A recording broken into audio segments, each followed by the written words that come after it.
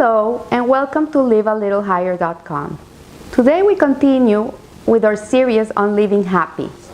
Last week we learned from the book of Rabbi Shlomo Majewski, The Hasidic Approach of Joy. We were discussing Hashgacha Pratis, divine providence, and how important it is for us to know that everything comes from above, everything comes from God, and everything He does for us is in a loving way, even though we cannot understand it and we cannot see it as good. But just the knowledge of knowing that it's not something random that happens to us, but it's something that is divinely ordained and tailor-made for us, really helps us in our daily life and the ability to be living with joy inside of us. Today, we're going to be talking about being happy at all times. What does this mean? Because really the biggest mitzvah there is to serve Hashem with joy. But we have to understand really what joy means. It's not what we really think. It's not about being happy. It's about being joyful. And it's something that comes from inside of us and not from outside of us. Happiness comes from something external that is given to you. But joy is something that emanates from us. So the Talmud tells us of two sages. One is Rabbi Akiva, the famous Rabbi Akiva, and his teacher Nahum Ish Gamzu. These two men lived in the times of the Roman Empire, before the destruction of the Second Temple, and their conduct provides us an exemplary way of us being able to see how it is to live in a positive way. So both of them have an outlook to life that is very similar, but at the same time there is a little difference in how they see happiness. So let's look at it in depth. Rabbi Akiva would always say that everything that God does is for the good. So it doesn't matter what you're going through, the outcome is good. And we can see this in our own lives. Sometimes we have to go through very hard times, hardships, in our personal lives, with relationships, with, God forbid, health issues, or whatever it is. And at the end of the whole journey, we can look back and we can say, oh, I see how this happened, and because this happened to me, I was able to find this strength inside of me that I didn't even know it existed, or I met this amazing person in this situation that if I would have never had to live this situation, I would have never known this person, I would have never met this person, and so on. So his approach to life is that everything that God does ultimately is for the good. And Nahum Ish Gamzu had a similar phrase. He would say Gamzu Letova, which is a very famous phrase in the Jewish world. When things are happening, people say Gamzu Letova, which means this is also for the good. In fact, he would repeat this phrase so often that people call him Nahum Ish Gamzu, meaning Nahum the Gamzu man, the man who always says Gamzu Letova. So for Rabbi Akiva, everything was for the good. For Nahum ben Gamzu, Ish Gamzu, everything was good. He wouldn't see a situation expecting it to see the good afterwards, but the situation in itself, for him, it was a good situation, even though it was hard.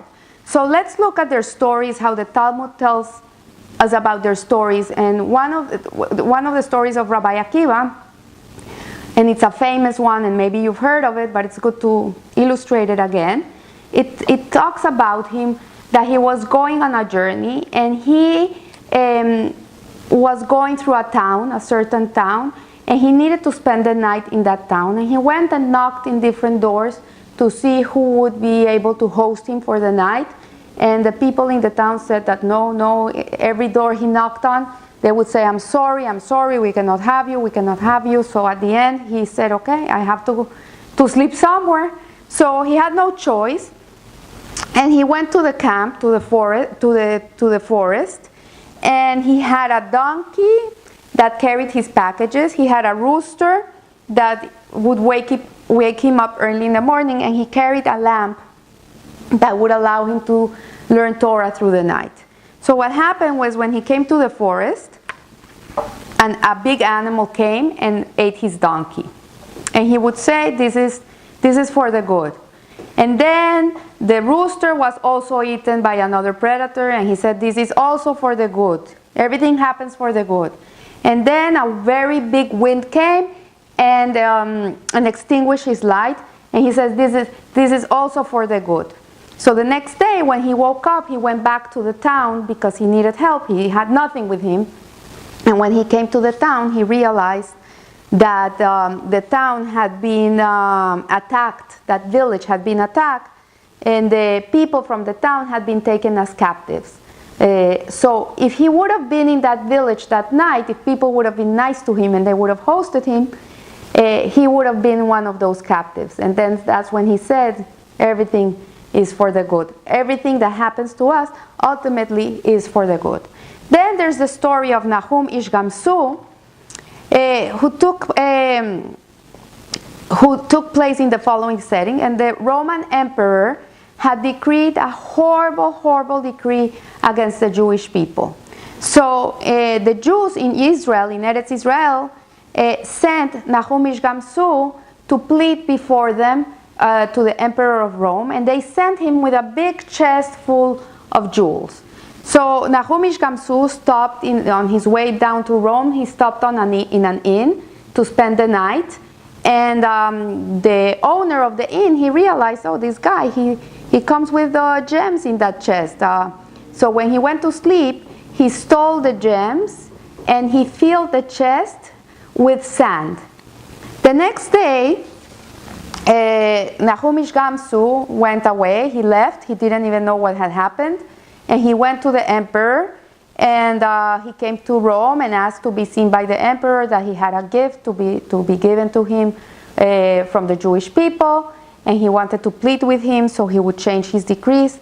And when he came there, they opened the chest, and when the emperor saw, wow, this is, what type of a gift is this? You're bringing me sand? Like, is this a joke? And the only thing he thought was, Gamzu letova. This is good. This is good. What's happening now is good.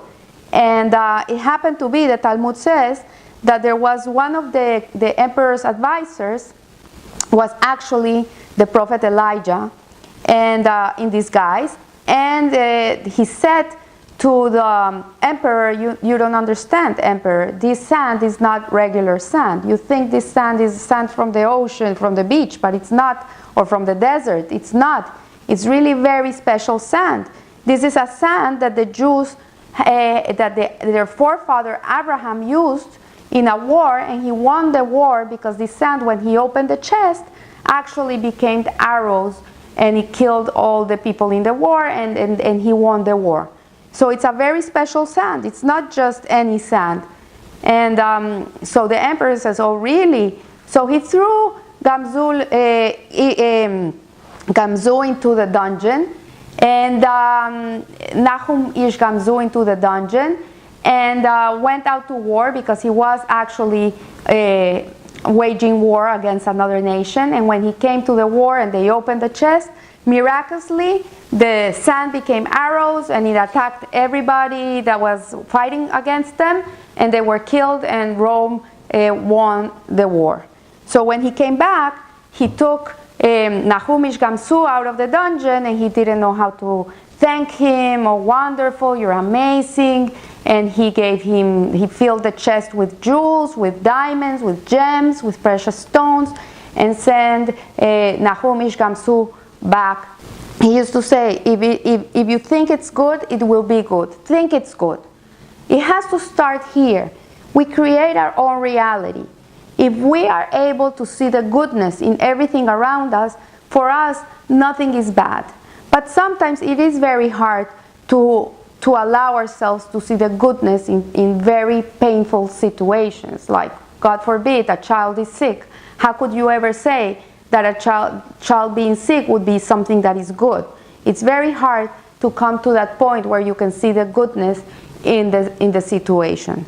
So in other words, the situation itself may be painful or unpleasant, but it will lead to a positive outcome. For sure, nothing that Hashem does to us comes from a bad place. There's no evil that can come from heaven. Everything that comes down here from God is goodness. But the way we receive it is the way in which we will be able to see the goodness or not see the goodness. So here, and this is the way in which Rabbi Akiva and Nahum Ish Gamsu saw the world, and that even the painful and negative experiences would eventually lead to something positive. These concepts were reflected in the above mentioned stories. Nahum Ish Gamsu's approach was even a little deeper than Rabbi Akiva's approach, because for him, he wasn't waiting for the outcome. He wasn't waiting to see what good is in what's happening to me. For him, the whole situation in itself was already good. So why can't we, like Nahum Ish Gamsu, be happy in all situations? What's keeping us from living in this way? To put it bluntly, and really it's the truth, because we're ignorant and unaware of the reality. We live in a world where our reality is only what we can perceive. If you see a poor person, that's bad. If you see a sick person, that's bad. If you don't have money, that's bad. In our perception, what we cannot see further away from that. And that's the way that God designed the world. So why can't we, like Nahum Ish Gamsu and Rabbi Akiva, be happy? What is holding us from being able to live with the mentality that everything is for the ultimate good, or even like Rabbi Nahum Ish Gamsu in a higher level doesn't even look at it like it's for the ultimate good, but he sees it actually when it's happening, that it's good. So the truth is, and to say it bluntly, is that we are ignorant and unaware. We have not developed ourselves, and moreover, even the most developed person cannot have the same understanding of God. We live in a world where we think that what we see is the reality. We think this is it.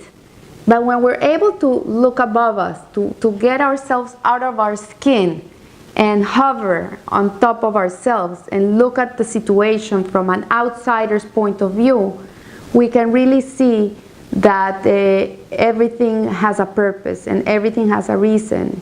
And in reality, we're here for that. We're here to create an effect in this world, to make change, to grow, to bring kindness to people that we come into contact with.